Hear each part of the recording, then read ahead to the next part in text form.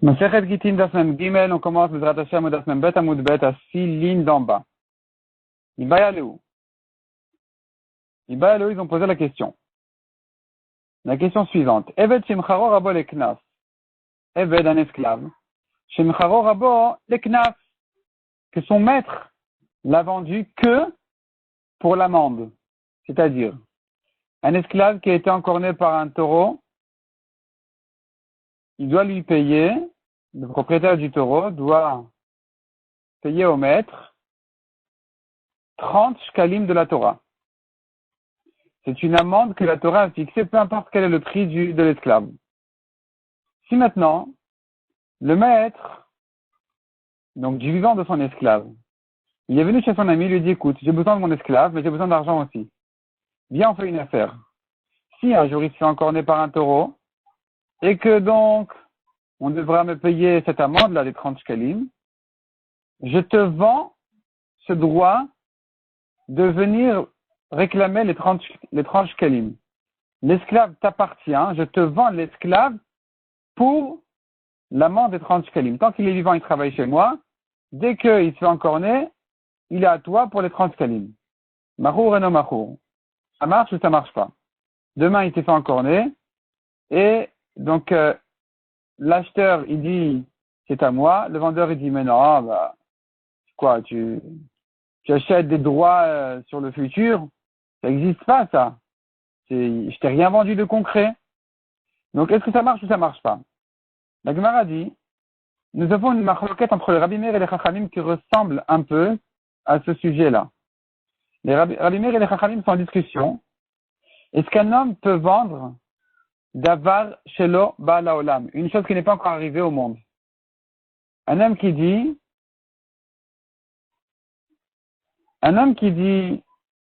à une servante, je te donne maintenant des kiddushin pour quand tu te libères. Est-ce que ça marche ou ça marche pas? C'est Davar Shelo Ba'al Haolam. Aujourd'hui, il n'est pas libre. Elle est pas libre. Donc, aujourd'hui, il n'y a pas de kiddushin sur cette femme-là. C'est Davar Shelo Ba'al Haolam. C'est une chose qui n'est pas encore arrivée au monde. Marloquette, est-ce que ça marche ou ça marche pas? Notre question sur l'amende du Eved, elle ressemble un peu à cette marloquette, mais la Gemara dit non, c'est pas pareil. Donc la Gemara nous dit comme ça. Tibaï le Rabbi Meir, Tibaï le Rabbanan. Cette question, tu peux te la poser selon Rabbi Meir, et selon les Chachamim, la Gemara s'explique. Tibaï le Rabbi Meir, pose-toi la question d'après Rabbi Meir.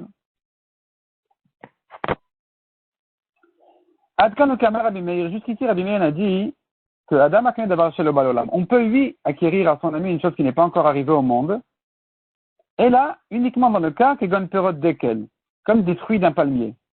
Il lui vend en hiver les fruits du palmier, qui vont arriver en été par exemple. Ça, d'après Rabbi Meir, ça marche. David et Deatou, parce que c'est censé arriver. Ça va arriver. Les fruits ne sont pas encore là, mais on sait qu'ils doivent pousser.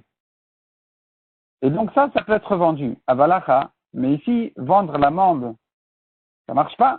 Niemar de Mingar, qui a dit qu'il va se faire encorner? Nimnitzelmar de Mingar, et même si oui, Nimaï de Meshalem, qui a dit que celui qui l'a encorné, il voudra payer. Dilma, Modé ou Mistar. Peut-être qu'il va avouer et reconnaître le dommage qu'il a causé, et ça va le rendre patour. Comment ça marche? Nous avons une halakha qui dit, un homme qui avoue qu'il doit de l'argent à son ami, bien sûr qu'il doit payer. Odat ba'aldin kemea edin dami. Quand lui-même reconnaît qu'il doit de l'argent, c'est comme il y avait 100 témoins dessus. Mais, nous avons un autre principe qui dit, modé biknas patour. Si c'est pas une dette d'argent, ce n'est qu'une amende de la Torah. La Torah a imposé une amende sur celui qui a fait comme ci ou comme ça. S'il vient avouer de lui-même, et qu'on n'a pas eu besoin de le traîner au Bedin, amener des témoins et tout ça. Il vient chez le Bedin et dit, écoute, j'avoue, je reconnais que j'ai fait telle et telle chose. Dans ce cas-là, ça le rend patour de l'amende. Ça le rend patour de l'amende, il est patour. Ici, quand le taureau a encorné, son propriétaire peut venir au Bedin en disant, voilà, j'avoue, mon taureau a encorné cet esclave-là, ce Eved, il a tué. Le Bedin lui dira, bon, ben, si tu es venu tout seul, tu es patour de l'amende, tu n'as pas à payer les 30 shkalim. La Gemara dit donc maintenant, quand il a vendu son Eved pour les 30 shkalim, c'est pas comme les fruits d'un palmier qui vont arriver. Peut-être que ça ne va pas arriver, peut-être qu'il va pas se faire encorner, et même si oui, peut-être que le propriétaire du taureau, il va reconnaître, il va avouer sa faute, et il sera pas tout. Dilma mode ou miftar. Donc finalement, peut-être que Rabbi Meir qui dit en général qu'on peut lui acquérir une chose qui n'est pas encore arrivée au monde, mais peut-être que pour ça, dans ce cas-là, ça peut lui marcher. Il pourrait lui vendre une chose. Pardon. Même Rabbi Meir qui dit que ça peut marcher en général, il dira que ça ne peut pas marcher. Parce que ici, c'est quelque chose qui ne va peut-être pas arriver du tout. Cette question se pose aussi selon les Chachamim, dans l'autre sens. Le Tiba et les Rabbanan. Pose-toi la question selon les Chachamim. Ad kan kamre Rabbanan, jusqu'ici les Chachamim ont dit que un homme ne peut pas acquérir à son ami une chose qui n'est pas encore arrivée au monde. De quoi il parle les Chachamim? Les fruits d'un palmier, des hashtami al-letneu, qui n'existent pas encore aujourd'hui.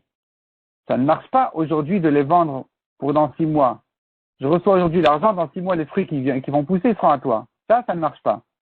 Avalacha, mais dans notre cas à nous, c'est pas complètement une chose qui n'existe pas au monde. Akaishor, Vakayeved, le taureau est là, l'esclave est là. Donc, ici, il y a quand même du concret qui peut être vendu. Je vends l'esclave concrètement pour les droits de l'amende du taureau qui est là concrètement devant nous, qui ne l'a pas encore encordé. Peut-être que si les Chachamim vont être d'accord que ça peut se faire acquérir parce que le Eved, il est là. Le taureau aussi. Maï. Qu'est-ce qu'on dit dessus? Amar Ali Abba Tashma. Bien, écoute, dit Ali Abba, nous avons la preuve d'une braïta. Nous avons ici une longue braïta qui se base sur les halachot d'un esclave de Cohen. L'esclave d'un Cohen peut manger de la tourma. Il y a 2 types d'esclaves. Il y a celui qui a été acheté par le Cohen et il y a le fils de sa servante qui est aussi son esclave. C'est ce qu'on dit, que David Amelech dit dans Teilim, Ani avdecha ben amatecha. Je suis ton serviteur, le fils de ta servante. Ça veut dire je suis complètement à toi. Moi, de moi-même, je suis ton serviteur, même ma mère, elle est ta servante. Je suis né de serviteur d'Hachem. Ani avdecha ben amatecha. Ce sont en fait 2 choses différentes. Avdecha, c'est une chose, et ben amatecha, ça pourrait être autre chose aussi. Donc la Torah nous dit comme ça, Vilid Baït, celui qui est né dans sa maison, l'esclave qui est né de sa servante, peut manger de la tourma. Matalmud Lomar. Pourquoi la Torah nous a ajouté ce cas-là? La Torah a déjà dit l'esclave qui a été acheté par le Kohen. Imkinen kesef ochel. Si celui qui a été acheté par le Kohen, il mange de la tourma, il y a l'idvait au kol sheken, car que celui qui est né chez lui, il est né esclave. Bien sûr qu'il est complètement, il appartient complètement au Kohen et qu'il peut manger de la tourma. Non, iluken, qui s'écrit comme ça, Haïti Omer, j'aurais dit. Ma kinyan kesef, je vais kesef, quand le Kohen a acheté son esclave, c'est qu'il a un minimum de valeur. Il vaut un peu d'argent. Donc j'aurais dit que c'est une condition pour lui permettre la tourma. J'aurais dit comme ça. Ma kinyan kesef, je vais kesef. De même que l'esclave qui est acheté par le Kohen, c'est qu'il a une certaine valeur d'argent. Ochel, c'est lui qui mange. Ah, de la même manière, l'esclave qui est né chez lui, quand est-ce qu'il mange de la tourma? À condition que, à condition qu'il ait une certaine valeur, qu'il faut qu'il vale quelque chose. Si c'est écrit que Kinyan Kaspo, l'esclave qui a été acheté, j'aurais dit donc, c'est qu'un esclave qui vaut quelque chose. Parce que c'est ça que la Torah le parle, il a été acheté par de l'argent, il a une valeur. Donc d'où je sais que même s'il ne vaut rien du tout, il mange de la tourma. Talmud Lamar Yelid Bait Mikol Makom. Celui qui est né chez le Kohen, il mange de toute façon de la tourma, peu importe s'il a une valeur ou pas. C'est pour ça que la Torah a eu besoin de m'ajouter ces 2 mots-là. Yelid Bait, qui est né chez lui dans tous les cas. Vadain Ani Omer. Je continue à dire, Yelid Bait, donc la Torah m'a appris que même s'il n'a pas de valeur, s'il est né chez le Kohen, il mange. Ben Shesh Bosh Vekesef, Ben Shesh Bosh Vekesef, Ochel. Aussi bien si celui qui est né chez lui a de la valeur que sinon, il mange. Kinyan Kesef, mais l'esclave qui a été acheté par le Kohen lui-même, peut-être qu'il nous faut encore cette condition-là, qu'il ait de la valeur. Yesh Boshve Kesef Ochel. En Boshve Kesef. Non Ochel. S'il veut quelque chose, il mange. S'il veut rien, il mange plus de la tourma parce que la Torah a parlé sur lui-même en disant Kinyan Kaspo, il a été acheté par son argent du Kohen, donc c'est qu'il a une valeur, d'où je sais que même s'il n'en a pas, il mange. Talmud Amar, la Torah nous dit qu'il y a une kaspo vilit beto. La Torah a mis en rapport le Kinyan Kaspo qui a été acheté lui-même au Yelid Bait qui est né chez le Kohen. On va les comparer en disant la halachot de l'un comme la halachot de l'autre. Ma Yelid Bait, de même que celui qui est né chez le Kohen. Enfin, avec Loum Ochel, même s'il ne vaut rien, il mange. À ce Kinyan Kaspo, de la même manière celui qui a été acheté par le Kohen, enfin, avec Loum Ochel, même s'il ne vaut rien, il mange. Point, fin de Braïta. Elle n'était pas si longue que ça. La Gemara constate, nous avons ici le cas d'un Eved qui ne vaut rien. Comment est-ce possible? Visal Kadatar, s'il monte à ton esprit de dire, Eved Shemcharo Raboliknas Machour, un Eved qui était vendu par son maître pour l'amende, il est vendu.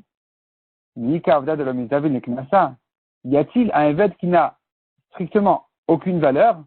Même un Eved qui est dans le coma, il peut quand même être vendu pour l'amende. Il a de la valeur. Au cas où il se fait encorner un jour, il y a le taureau qui rentre à l'hôpital et qui repère le lit de ce Eved et qu'il a tué. Alors, eh bien, il y aura une amende à payer ici. S'il n'est pas très fort, s'il peut guérir, il pourrait vivre. En tout cas, il y a ici une amende à payer. Et donc, il a de la valeur. Ça peut se vendre, cette amende-là. Donc, si tu me dis maintenant que ça peut se vendre, pourquoi tu me dis que ça existe un Eved qui n'a pas de valeur? Si tu parles d'un Eved qui n'a pas de valeur, c'est que ça n'existe pas de vendre un Eved pour son amende. Donc, on a répondu à notre question. La Gemara dit, oui, ça existe. Ika Eved Trefa. Si l'Eved, il est Trefa, il a un problème dans ses organes, il doit mourir dans l'année. Il ne peut pas vivre. Ce Eved-là, il est déjà tué.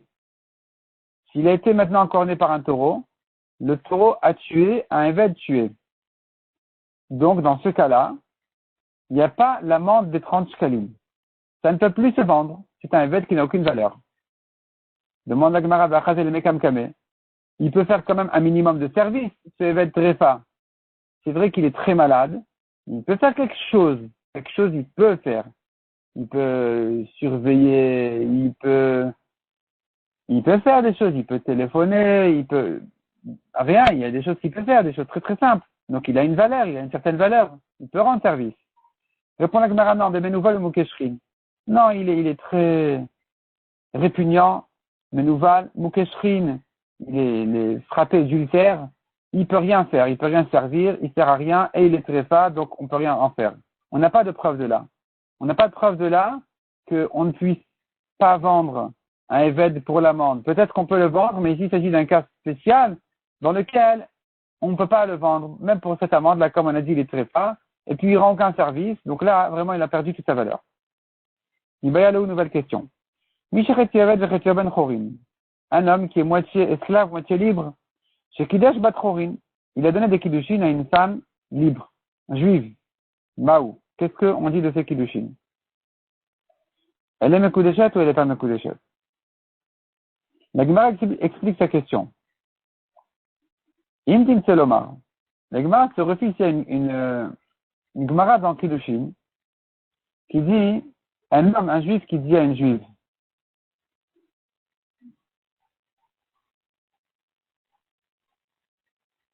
marie-toi à ma moitié.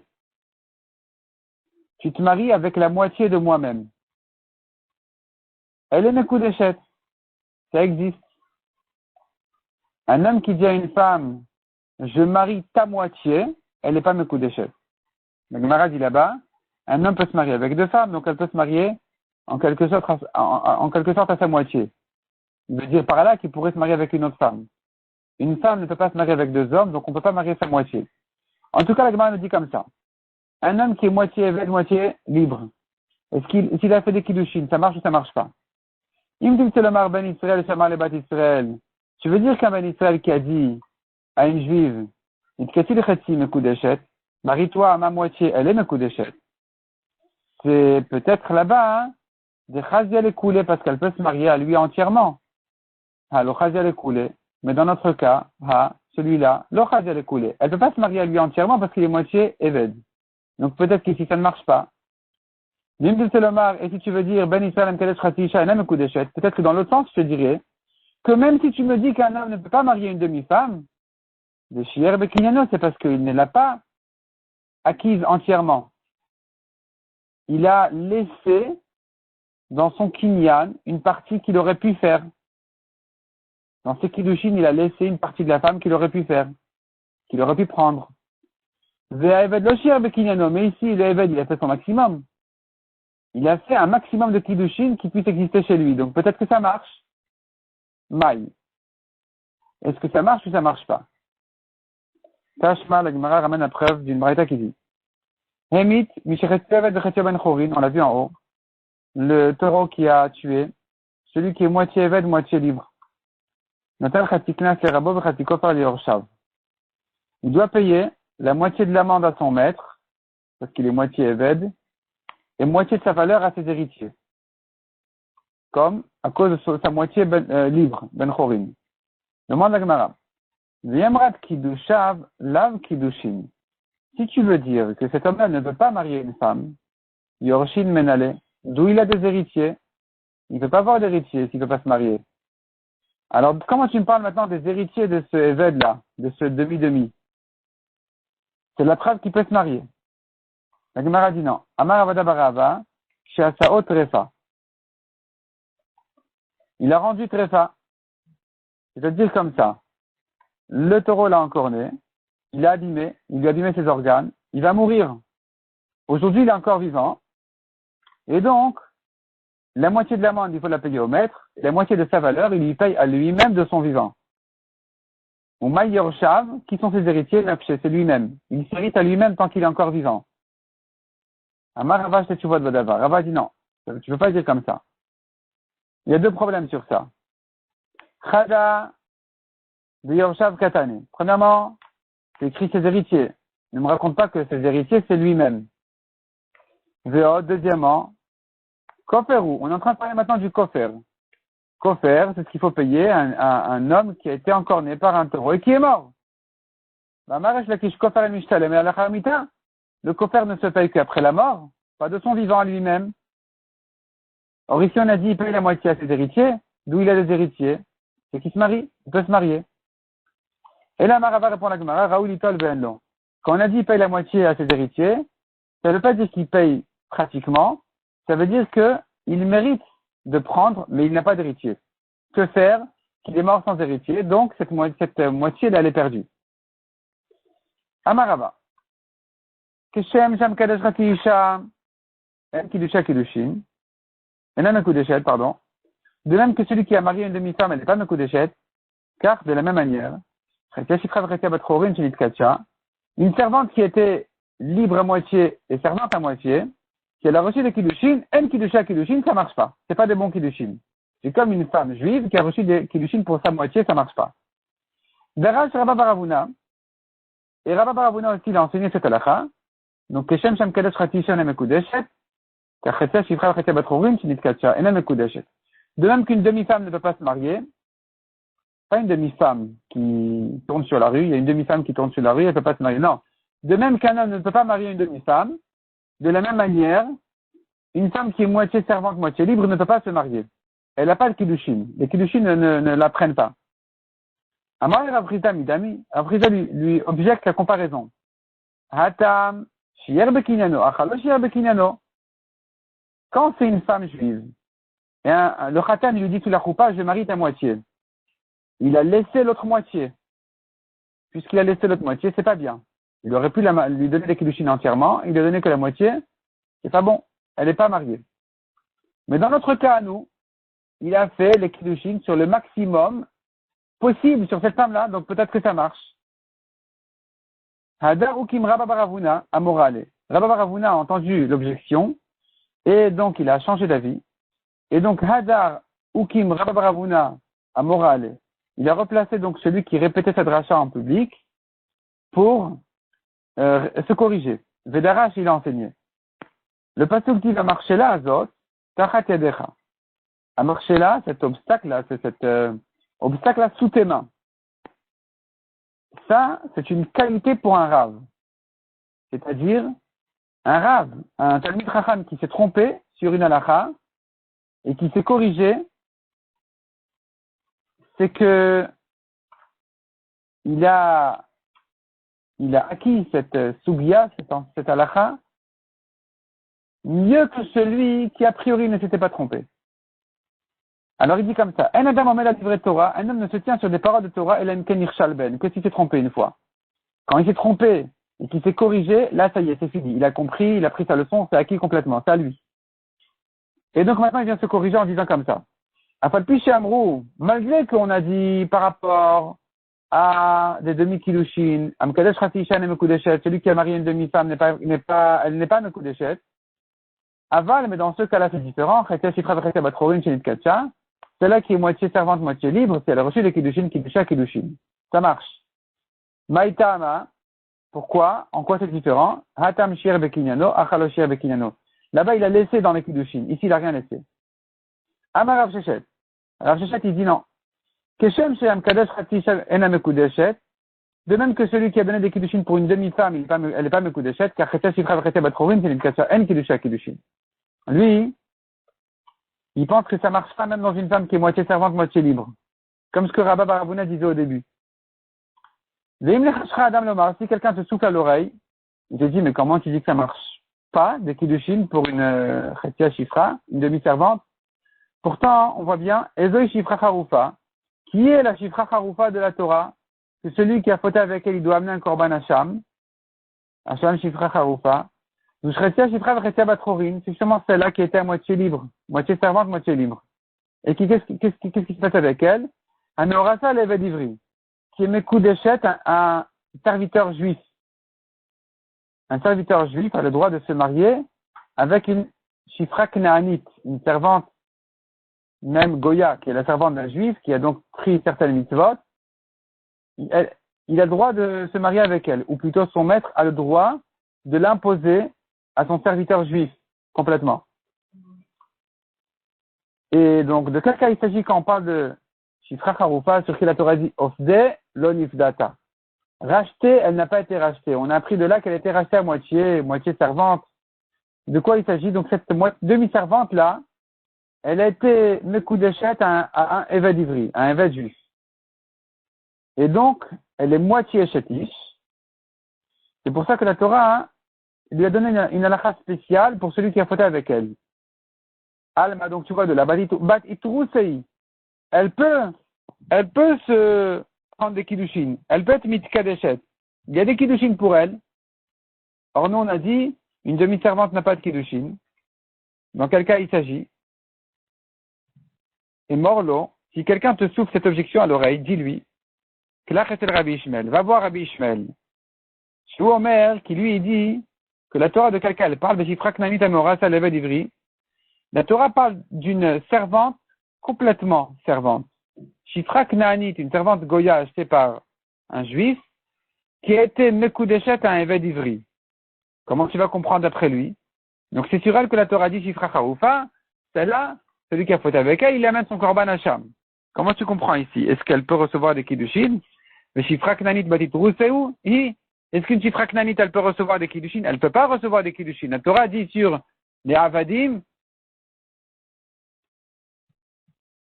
Abraham Avinu a dit, Shevu lachem po imachamor. Abraham Avinu, quand il est parti à la Kedat Yitzhak, il a pris Yitzhak, et à un moment donné, donc il était accompagné par Ishmael et Eliezer, et à un moment donné, il voulait se séparer d'eux, il voulait continuer tout seul avec Yitzhak. Il leur a dit, Shevu lachem po, asseyez-vous ici, restez ici, avec l'âne, imachamor. La Gemara fait une racha, Am hachamor. Le peuple de l'âne, Am adomel hachamor. Le peuple qui ressemble à l'âne. Donc, les avadim ressemblent à des ânes. Les ânes ne se marient pas, n'ont pas des kiddushin. Donc, une Shifra Knanit maintenant qui a reçu des kiddushin d'un évêque d'Ivry, ça marche pas, c'est zéro. Or, Rabbi Ishmael, il te dit, non, il s'agit qu'elle a reçu qu'elle est mekudeshet à un évêque d'Ivry. Comment tu comprends ça? Et la maït lach lemema, comment tu vas dire? Maï meureset, miyuchedet. Elle est mekudeshet, ça veut dire elle est réservée à ce évêque d'Ivry, mais pas vraiment qu'elle ait kiddushin. Et c'est sur elle que la Torah, elle parle de Shifra Charoufa. Achanan, eh bien, pour nous ainsi les Chachamim, qui pensons qu'en réalité Shifra Charoufa c'est une demi-servante, qui a reçu des Kiddushin à Eved Ivri, c'est quand même pas la preuve que les Kiddushin, ils valent quelque chose. Je pourrais te dire ici aussi, Maïmo Reset, mais qu'est-ce que veut dire Mekudeshet? Ça veut dire qu'elle est réservée. Donc finalement, c'est pas la preuve qu'il y a des Kiddushin pour elle. Donc je pourrais te dire qu'il n'y a pas de Kiddushin du tout, ce que pense Rav Shechet pour une demi-servante. Une demi-servante chez Nitkadsha le Reuven, Venishtachera. Elle a reçu des Kiddushin de Reuven. Puis ensuite, elle a été libérée complètement. Et donc elle s'est mariée à ce moment-là au frère de Reuven, Shimon. Umetushnen, les deux sont morts. Reuven et Shimon. Ils sont tous les deux morts.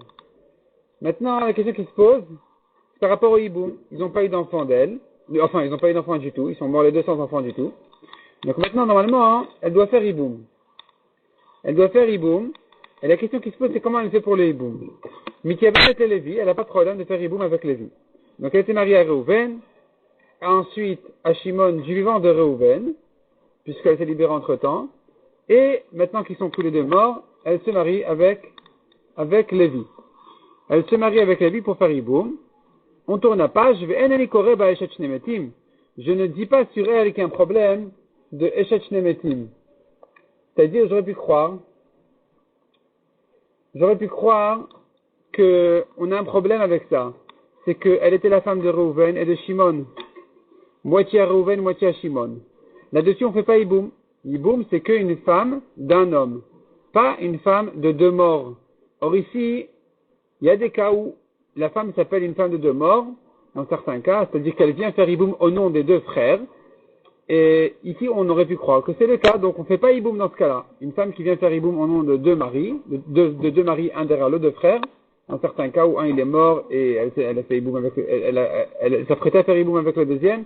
En tout cas, il y a des cas où elle ne peut pas faire hiboum parce qu'elle est la femme de deux morts, de deux frères qui sont morts. Et ici, on dit non, il n'y a pas de problème. Pourquoi? Manafshach. Que veux-tu dire sur elle? I Kiddushin de Reuven Kiddushin. Kiddushin de Shimon Kiddushin. Si tu considères que les Kiddushin de Reuven sont des Kiddushin, ceux de Shimon ne sont pas des Kiddushin. Parce que quand tu dis que quand elle était Mekudeshet à moitié à Reuven, si tu crains ces Kiddushin, alors tu crains plus les Kiddushin de son frère Shimon ensuite. Parce que c'est fini, elle est déjà Mekudeshet à Reuven. Il Kiddushin de Shimon Kiddushin. Et si tu dis que non, les Kiddushin de Shimon, ils ont pris, Kiddushin de Reuven al Kiddushin, donc ceux de Reuven n'ont pas pris. Et c'est impossible qu'elle soit mariée à deux frères en même temps, de leur vivant. Impossible, ça n'existe pas. Soit Reuven, soit Shimon. Si maintenant, donc, elle a reçu les Kiddushin de Reuven quand elle était moitié servante et qu'ensuite elle s'est libérée, elle a reçu de Shimon, un des deux, on verra lequel, mais en tout cas un des deux, il est le bon, et le deuxième, il sert à rien. Donc maintenant, quand les deux sont morts, elle pourra faire hiboum avec Lévi au nom de celui qui était considéré son mari.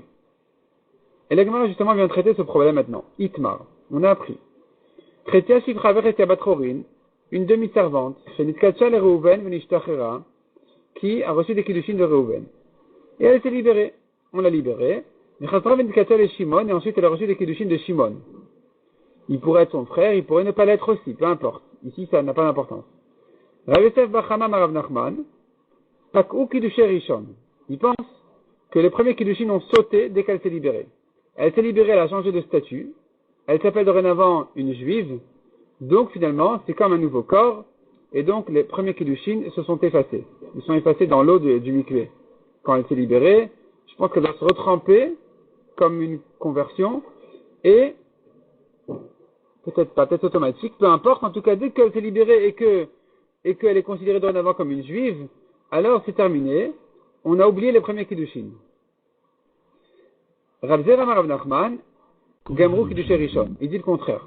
Il dit dès qu'elle s'est libérée, et que donc, il y a moyen au Kiddushin de s'étendre sur toute la femme en question, puisque ça y est, il n'y a plus le blocage de la servante, de la demi-servante, alors les Kiddushin vont s'étendre entièrement sur elle et vont la faire une échatiche complète au premier. Amar Rav Zera, Kevatel Idi Mistabra. Rabbi Zera dit, il est logique de dire comme moi. c'est-à-dire l'enseignement que j'ai appris moi, que j'ai ramené au nom de Rav Nachman, il me semble plus logique de dire que Gamrou Kiddush Rishon, c'est le premier qui est le considéré comme le mari entier de cette femme-là. Mirtiv, lo yumtu kilochu pasha. Parce que la Torah dit comme ça.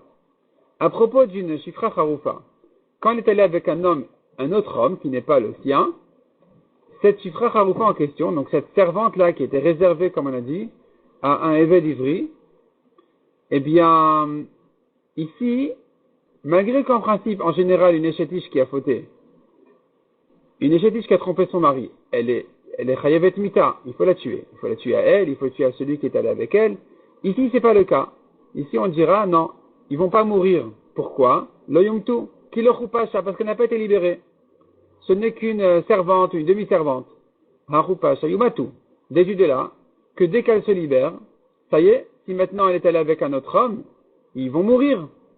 C'est la preuve que les kiddushin qu'elle a reçus en tant que servante, qui n'ont pas pu la saisir entièrement, qui n'ont pas pu s'étendre sur toute cette femme-là qui était moitié servante, à cause de son côté servante, alors, dès qu'elle se libère, c'est fini, elle devient échétiche complète. Les kiddushin se terminent sur cette femme-là, terminent dans le sens qu'ils se font complètement, ils se complètent sur cette femme-là, et donc, maintenant, si elle va fauter, yumtu, elle va lui mourir. C'est ce que je déduis du pasuk. Le pasuk me dit, ils vont pas mourir parce qu'elle n'a pas été libérée. Déduit que dès qu'elle était libérée, ils vont mourir. Amala Abaye. Abaye, il repousse la preuve de Rabbi Zera. Il dit non, on n'a pas de preuve de là. Ou le Tana de Rabbi Ishmael de Amar. D'après toi, comment tu comprends le Tana de Rabbi Ishmael qui a dit, le Shifra Knanit Ameore, c'est l'avait d'Ivry.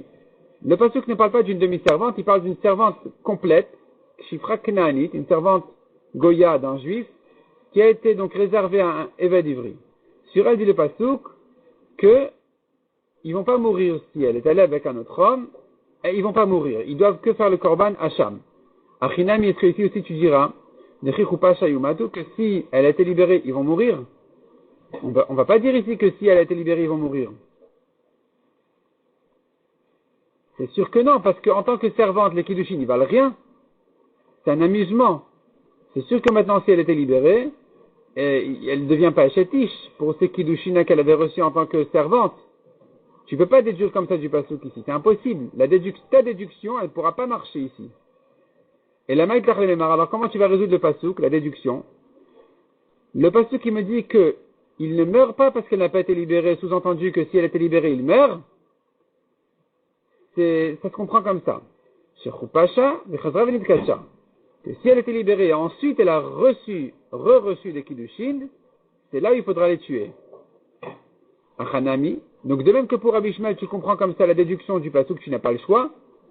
Alors ici aussi, pour les Chachamim qui disent elle était une demi-servante, ta preuve tombe. Parce qu'il se peut que les kiddushin ne se complètent pas sur elle dès qu'elle se libère. Et que malgré tout, quand elle se libère, ils vont mourir, ils vont être tués. Dans quel cas, de quoi il s'agit? Donc, ici aussi, on va dire, elle a été libérée et ensuite elle a reçu les kiddushin. Donc, elle a été libérée et ensuite elle a reçu les kiddushin. Amaravuna, Bar Katina, Amarabi Yitzhak. C'est l'histoire d'une femme qui était moitié servante, moitié libre. Et on a forcé son maître de la libérer entièrement. Keman, comme qui ça va? Pourquoi la libérer? Pourquoi le forcer? Notre Mishnah a parlé d'un esclave. Je comprends qu'il faille le libérer parce qu'il a la mitzvah de se marier. Mais une femme, elle n'a pas la mitzvah de se marier. Donc Keman, comme qui pense cette halakha, c'est qui dit de le forcer à la libérer? Que Rabbi Yochanan ben Broka de Amar, ça va comme Rabbi Yochanan qui a dit Al Shneem ou Omer Vaïvarech Otam Elokim Vayomer Vegomer. Le pasuk qui dit, et Hachem les a bénis, il leur a dit, pour urvu, umilou, et haaretz, etc. Multipliez-vous, amenez des enfants, remplissez la terre, etc. Ce pasuk-là, il a été dit aux deux, à Adam, à Rishon, et à sa femme Chava. Donc elle aussi a la mitzvah de se marier pour avoir des enfants. Et donc, on comprend qu'il faut libérer une demi-servante parce qu'elle ne peut pas faire sa mitzvah en restant comme ça quand elle n'a pas avec qui se marier. Elle n'a pas le droit de se marier avec un juif parce qu'elle est demi-servante. Elle n'a pas le droit de se marier avec un serviteur parce qu'elle est demi-juive. Donc il faut le forcer à la libérer. La Gemara dit non, c'est pas la peine de rentrer ici dans Rabbi Yochanan Ben Broka, dans le chidouche de Rabbi Yochanan.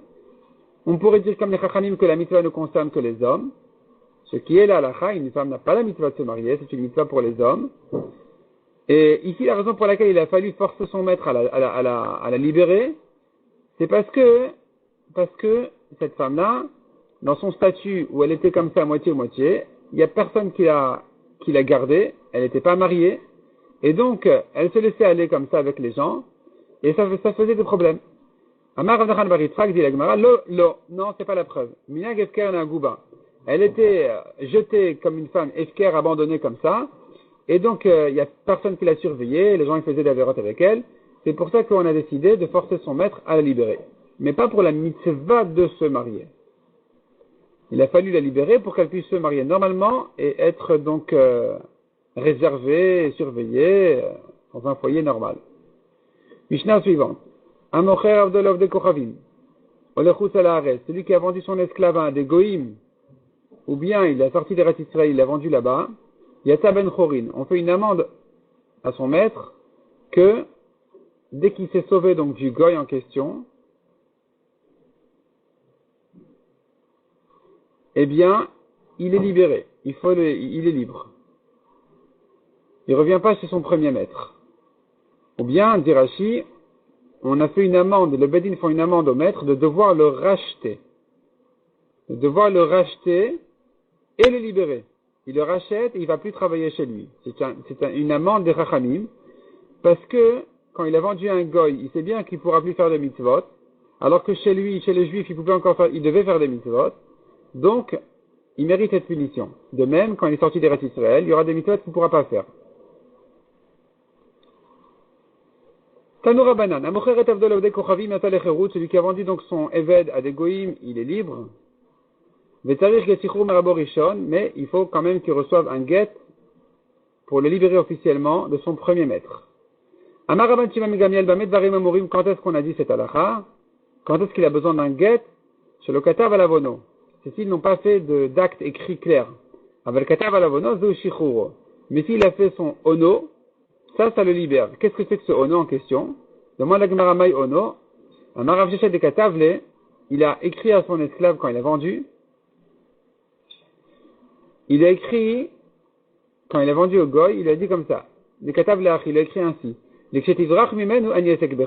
Quand tu te sauves de ton maître, le goy, je n'ai plus rien à faire avec toi, tu n'es plus mon esclave. Ça s'explique comme un guet. Ça veut dire, en d'autres mots, qu'il est libre, qu'il a libéré. Dans ce cas-là, il n'a plus besoin de guet. Tanoura Banan. Lava lavinaved kochavim. Lava, il a emprunté. Alav, sur l'esclave. C'est-à-dire qu'il a hypothéqué l'esclave. Minaved kochavim d'un goy. Il a emprunté de l'argent d'un goy. Il a dit au goy, écoute, il y a un problème, tu prends l'esclave. Kevan chasalobed kochavim nimuso. Dès que le goy lui a fait son nimuso, Yatal Echerut, il est libre. Il est libre comme quelqu'un qui a vendu un goy. Maï nimuso, c'est quoi ce nimuso en question qui fait que, ça y est, il est libre. Amar Abuna bar Yehuda, nashke. Nashke, c'est un signe d'esclave. Dès que le goy reconnaît cet esclave-là comme le sien, c'est une sorte de chaîne qu'il porte sur le cou, un collier ou une espèce de signe qu'il a sur le cou, comme quoi c'est son esclave, et bien à partir de ce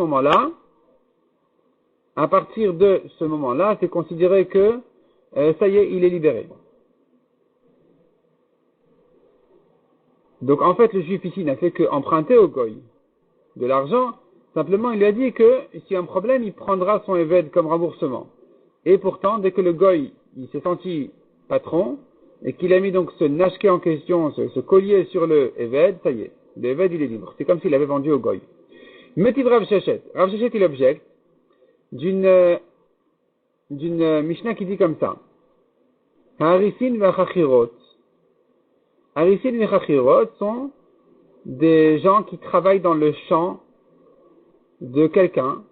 C'est lui qui s'occupe de toute la récolte. C'est lui qui sème, c'est lui qui récolte, c'est lui qui arrose, c'est lui qui travaille la terre, c'est lui qui fait tout ce qu'il faut faire. Et ils se partagent la récolte. Haris, il se partage. Il reçoit la moitié, le tiers, le quart. ou peut-être il donne au patron, au propriétaire, la moitié, le tiers, le quart, et lui travaille toute l'année. Vachachirot, ou bien ceux-ci ont fixé une certaine quantité de récolte qu'il lui donne, quoi qu'il arrive. Donc, un, il travaille dans le champ de l'autre, et il doit lui donner donc tant et tant de fruits, le reste c'est pour le travailleur. Vérifie Bate Avot, un haris qui travaille dans ce champ-là déjà depuis des générations avant lui déjà, son père, son grand-père, son arrière-grand-père travaillaient chez le Goy depuis quelques générations.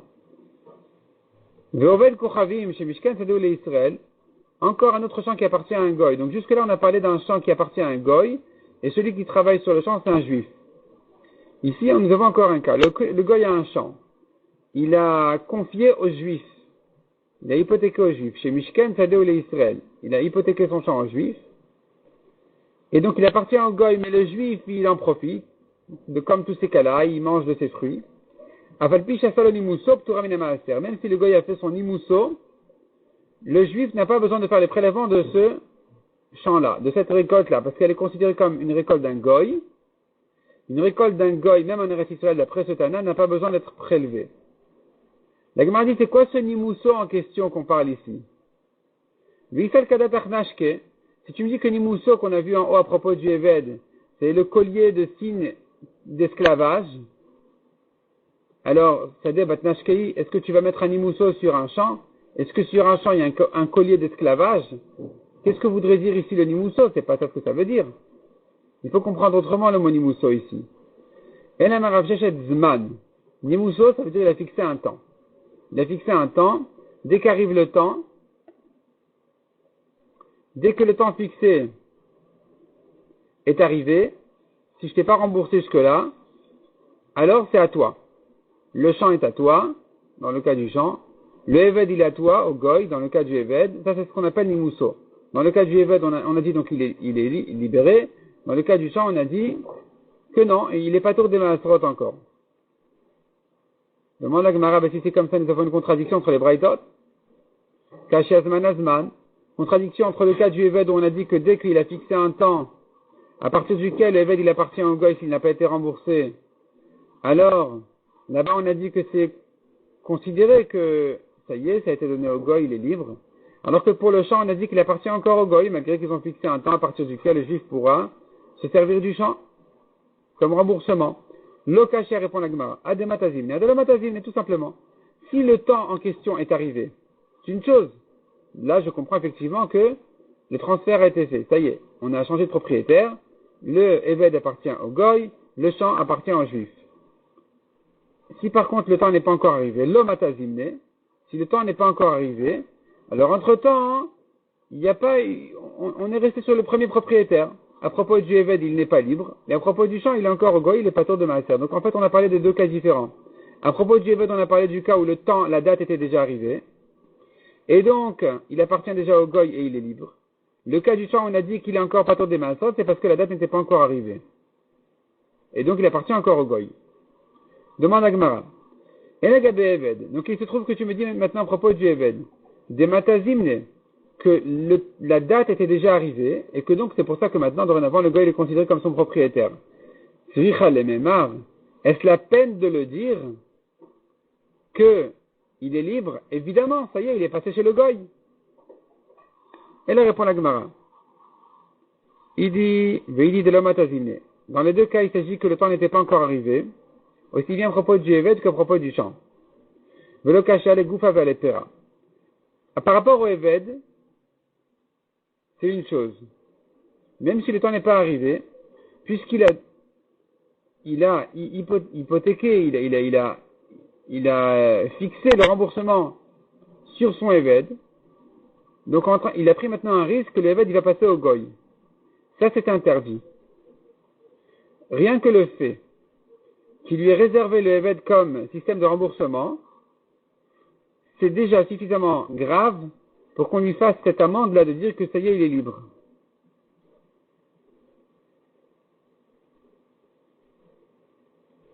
Donc, puisque dès maintenant le Goy, il fait déjà travailler le Juif, ça marche comme ça. Il a dit, regarde, le Juif a dit au Goy, si je te rembourse pas jusqu'à telle date, il est à toi définitivement. Le goy dès maintenant, il fait travailler le juif. Donc il se trouve maintenant que le juif n'a pas respecté la takana des Chachamim qui ont interdit de vendre un éved à un goy. Donc il mérite l'amende tout de suite, même si la date n'est pas encore arrivée, on lui dit tu dois libérer ton éved. Par contre, par rapport au champ, que il a fixé la date à partir de laquelle il pourra commencer le juif à se servir des fruits du champ, en lui disant comme ça, maintenant je t'emprunte l'argent, et tu ne prends pas les fruits de mon champ jusqu'à ce que telle date va arriver. Si à telle date je t'ai pas remboursé, tu te sers des fruits du champ jusqu'à ce que je te rembourse. Donc puisqu'ici il n'a de droit que sur les fruits, le goy est considéré encore comme le propriétaire, et surtout que le temps n'étant pas arrivé encore et qu'il ne touche rien encore, entre-temps, même les fruits, puisqu'il ne touche rien, alors ces fruits-là sont considérés comme les fruits d'un goy qui sont pas trop du maaser. Donc je reprends. Si la date qui était fixée était pour faire passer définitivement le corps du éved au goy, et qu'entre-temps le goy commence déjà à profiter du éved, là on fait déjà le knas, on lui dit tu dois le libérer. Par contre le champ, que même à la date fixée, il ne touchera que les fruits, et qu'avant ça même les fruits ne touchent pas, donc évidemment ça appartient encore au goy, et que donc il est pas tour des maasrot. Bibaïtema ou bien dit la Gemara, encore une réponse, mais chez l'aval menat le mashkeno, vela mishkeno.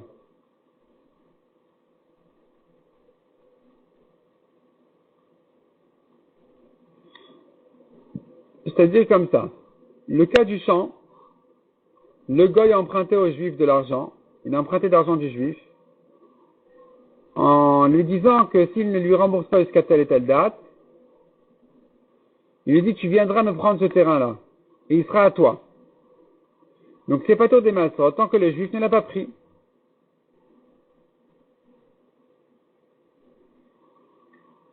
Malgré que la date est déjà arrivée, puisqu'il est encore dans la première propriété, celle du goy, et que le juif ne s'est pas encore mêlé, alors c'est considéré comme les fruits du goy. S'il y a un juif qui en profite quand même un jour, si un juif il prend de ces fruits-là, il est pas tour des maasrot. Par contre, par rapport au éved, même dans ce cas-là, où le goy n'a pas encore pris le éved, puisque le juif, lui, en ce qui lui concerne, de sa part à lui, c'est pas bien ce qu'il a fait, en disant au goy, voilà, tu prendras le éved telle et telle date, même si le goy n'est pas encore arrivé à le prendre, on fait déjà l'amende, le knas, au premier, au juif, et donc il doit le libérer.